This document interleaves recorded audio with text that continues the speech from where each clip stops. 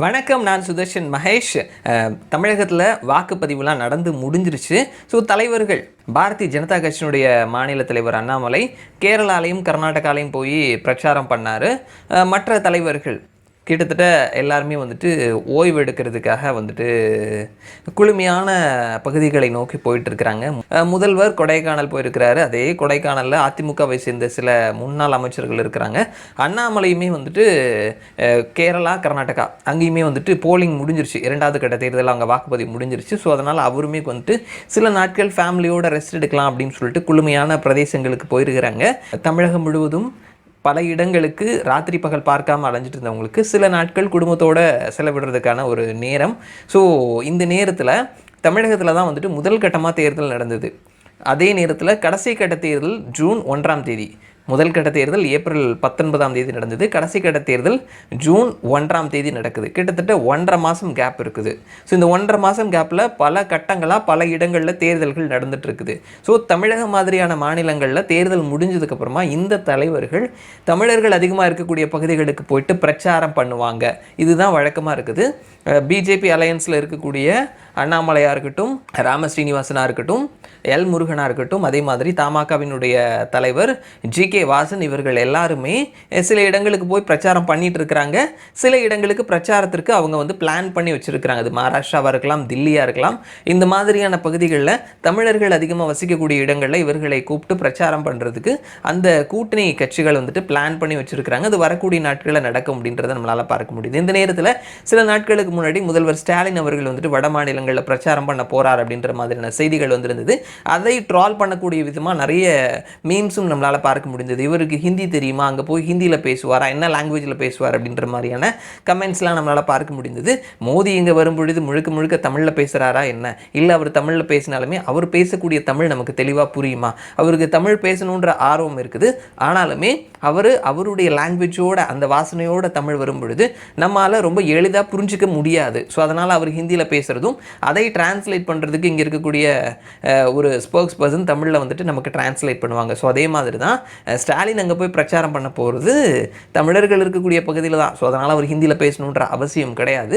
தமிழில் பேசினாலே அங்கே இருக்கக்கூடிய மக்களுக்கு புரியும். ஒருவேளை ஹிந்தி பேசக்கூடிய மக்கள் மத்தியில் பிரச்சாரம் பண்ணுறதுக்கு வாய்ப்புகள் கிடைத்தது அப்படின்னாலுமே வந்து அவர் தமிழில் பேசினார்னா ஹிந்தியில் டிரான்ஸ்லேட் பண்ணுறதுக்கு ஆட்கள் இருப்பாங்க. ஏன்னா ஸ்டாலின் அப்படின்றவர் ஒரு மாநிலத்தினுடைய முதல்வர் மட்டும் கிடையாது, ஒரு கட்சியினுடைய தலைவர் மட்டும் கிடையாது, இந்தியா முழுவதும் அறியப்படக்கூடிய ஒரு தலைவரும் கூட. எப்படி வந்துட்டு அகிலேஷ் யாதவோ நவீன் பட்நாயக்கோ ஒரு மாநிலத்தினுடைய சின்ன ரீஜனல் பார்ட்டிஸினுடைய தலைவராக இருந்தாலும் நமக்கு தேசம் முழுவதும் அறியப்படக்கூடிய ஒரு ஃபேஸாக இருக்கிறாங்க. ஸோ அந்த மாதிரி தான் வந்துட்டு ஒரு கரிஷ்மேட்டிக் லீடர். ஸோ அவர் போய் பிரச்சாரம் பண்ணுறதுல ஒன்றும் தவறு கிடையாது. அது மக்களுக்கு புரிய வைக்கிறதுலையும் ஒரு பெரிய பிரச்சனை இடைஞ்சல் இருக்காது. ஆனால் ஏற்கனவே இங்கே தேர்தலுக்கு முன்னாடி பல தருணங்களில் திமுகவை சேர்ந்த தலைவர்கள் சனாதனம் பற்றி தவறான நிறைய விஷயங்கள் செய்திருந்தாங்க. அது அந்த நேரத்தில் தொடர்ந்து சர்ச்சையாக இருந்தது நம்ம பார்த்தோம்.